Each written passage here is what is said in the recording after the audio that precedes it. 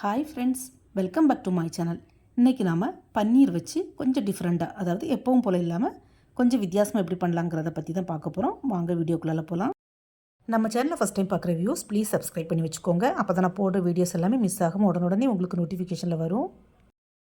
நான் இந்த டிஷ் பண்ணுறதுக்கு இன்றைக்கி அமுல் ரெடிமேட் பன்னீர் தான் வாங்கியிருக்கேன். ஃபஸ்ட்டு இந்த டிஷ் பண்ணுறதுக்கு ஒரு 2 to 3 காஷ்மீர் ரெட் சில்லி, அதாவது நார்மல் சில்லியில் காஷ்மீர் சில்லியை இந்த மாதிரி தண்ணியில் ஊற வச்சுக்கோங்க. இது வந்து நல்ல கலர் கொடுக்கும், ஆனால் சுத்தமாக காரம் இருக்காது. இப்போ இதை ஓரமாக வச்சுட்டு பன்னீரை பீஸ் போட்டு எடுத்துக்கலாம்.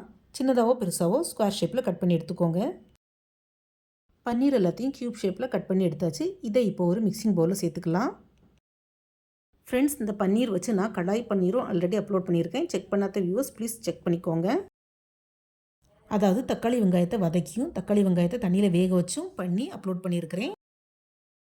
இப்போ இந்த பன்னீரில் 1/2 ஸ்பூன் மிளகுத்தூள், 1 ஸ்பூன் சில்லி பவுடர், கொஞ்சமாக உப்பு, கொஞ்சமாக இஞ்சி பூண்டு பேஸ்ட்டு, அப்புறம் கார்ன்ஃப்ளவர் மாவு சேர்த்து நல்லா மிக்ஸ் பண்ணி விட்டுக்கலாம். நம்ம போட்ட மசாலா எல்லாம் இந்த பன்னீரில் நல்லா கோட் ஆகணும். ஸோ அந்தளவுக்கு நல்லா குலுக்கி மிக்ஸ் பண்ணி வச்சுக்கோங்க. இதை நம்ம எண்ணெயில் பொரிச்சு எடுக்கணும். ஸோ ஒரு 5 to 10 மினிட்ஸ் அப்படியே ரெஸ்ட்டில் வச்சுட்டு பொரிச்சு எடுத்தால் எண்ணெயில் மசாலா சுத்தமாக உதிராது. 10 மினிட்ஸ்க்கு அப்புறமா ஒரு கடாயில் கொஞ்சமாக எண்ணெய் ஊற்றி சூடு பண்ண வச்சுக்கலாம். ஃப்ளேம் லோவில் இருந்தாலே போதும். எண்ணெய் சூடானதும் பன்னீரை எண்ணெயில் போட்டு பொரிச்சு எடுத்துக்கலாம். மிக்சிங் பவுலில் இந்த மாதிரி கொஞ்சம் மசாலா ஒட்டி இருக்கும். இதை தூர போட வேண்டாம், நம்ம கிரேவிக்கு யூஸ் பண்ணிக்கலாம். பன்னீர் எண்ணெயில் போட்டு நல்லா கிறிஸ்பியாக முருகலாக பொரிக்க வேண்டாம். லைட்டாக மேலே கோல்டன் கலர் வந்தாலே போதும். ரொம்ப நம்ம பொரிச்சிட்டோம்னா பன்னீர் ஹார்ட் ஆயிரும். ஸோ சாப்பிட்றதுக்கு நல்லா இருக்காது. ஒரு மாதிரி ரப்பர் மாதிரி ரொம்ப ஹார்ட் ஆயிரும். ஸோ அதை மட்டும் கொஞ்சம் கவனமாக பார்த்து பண்ணிக்கோங்க ஃப்ரெண்ட்ஸ்.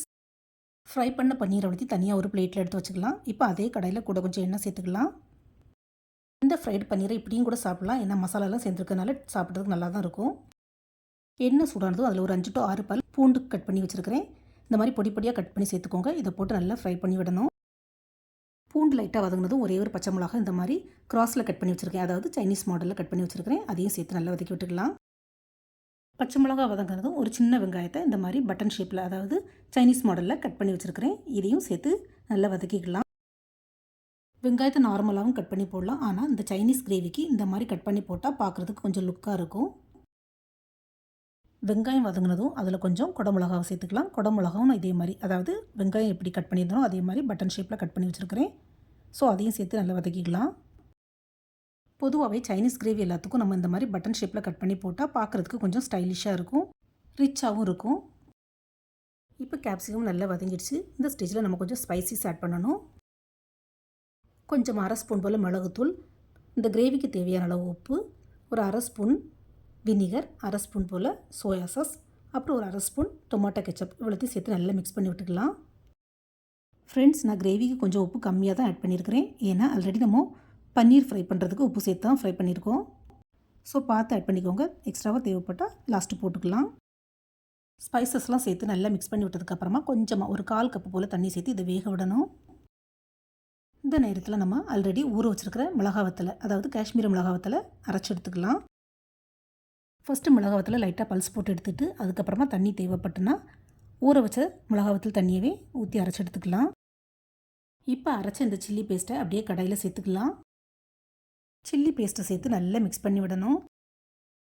ஃப்ரெண்ட்ஸ், இந்த கிரேவி பார்க்குறதுக்கு ரொம்பவே ஸ்பைஸியாக இருக்க மாதிரி தெரியும், பட் காரம் சுத்தமாக இருக்காது. இப்போ நம்ம மிக்சிங் பவுலையே திரும்ப எடுத்துக்கலாம். அதில் கொஞ்சம் மசாலா ஒட்டியிருந்ததில்ல, அது கூடயே 1 ஸ்பூன் போல் கார்ன்ஃப்ளவர் மாவு சேர்த்துக்கலாம். கூடவே கொஞ்சமாக தண்ணி ஊற்றி இதை நல்லா மிக்ஸ் பண்ணி விட்டுக்கலாம். இந்த தண்ணியை கடாயில் கொதிச்சுட்டு இருக்கக்கூடிய கிரேவியில் சேர்த்துக்கலாம். இந்த மிக்சிங் சேர்த்ததுக்கப்புறமா கிரேவி நல்ல திக்னஸ் கொடுக்கும். இப்போ ரெஸ்டாரண்ட்டில் பண்ணுற மாதிரியே கமகமன் சைனீஸ் ஃப்ளேவர் வருது. கிரேவி லைட்டாக கொதி வந்ததுக்கப்புறமா நம்ம ஃப்ரை பண்ணி வச்சுருக்கிற பன்னீர் இது கூட சேர்த்துக்கலாம். பன்னீரை சேர்த்து நல்லா மிக்ஸ் பண்ணி விடணும். அதுக்கு நல்ல போட்டு கரண்டி போட்டு கிளற வேண்டாம். லைட்டாக இந்த மாதிரி மிக்ஸ் பண்ணி விட்டுக்கோங்க. அவ்வளோதான். கடைசியாக கொஞ்சமாக ஸ்ப்ரிங் ஆனியன் சேர்த்து சர்வ் பண்ண வேண்டியதான். ஃப்ரெண்ட்ஸ், நான் ஸ்ப்ரிங் ஆனியனில் உள்ள க்ரீன் போர்ஷன் மட்டும் தான் போட்டுக்கிறேன், ஒயிட் பார்ட்டு சேர்க்கலை. ஸ்ப்ரிங் ஆனியன் சேர்த்ததுக்கப்புறமா கேஸ் ஆஃப் பண்ணிவிட்டு சுட சுட சர்வ் பண்ண வேண்டியதான். இந்த சைனீஸ் பன்னீர் கிரேவி சப்பாத்தி நானுக்கு பெஸ்ட்டு காம்பினேஷன். ஃப்ரெண்ட்ஸ், எப்பவும் போல் ஒரே மாதிரி பண்ணாமல் பன்னீர் இந்த மாதிரி ஃப்ரை பண்ணி செஞ்சு பாருங்கள், செம்ம டேஸ்ட்டாக இருக்கும். செஞ்சு பார்த்துட்டு உங்களுக்கு எப்படி வந்தது, பிடிச்சிருந்தாலும் உங்களோட ஃபீட்பேக்கை மறக்காமல் ஷேர் பண்ணுங்கள்.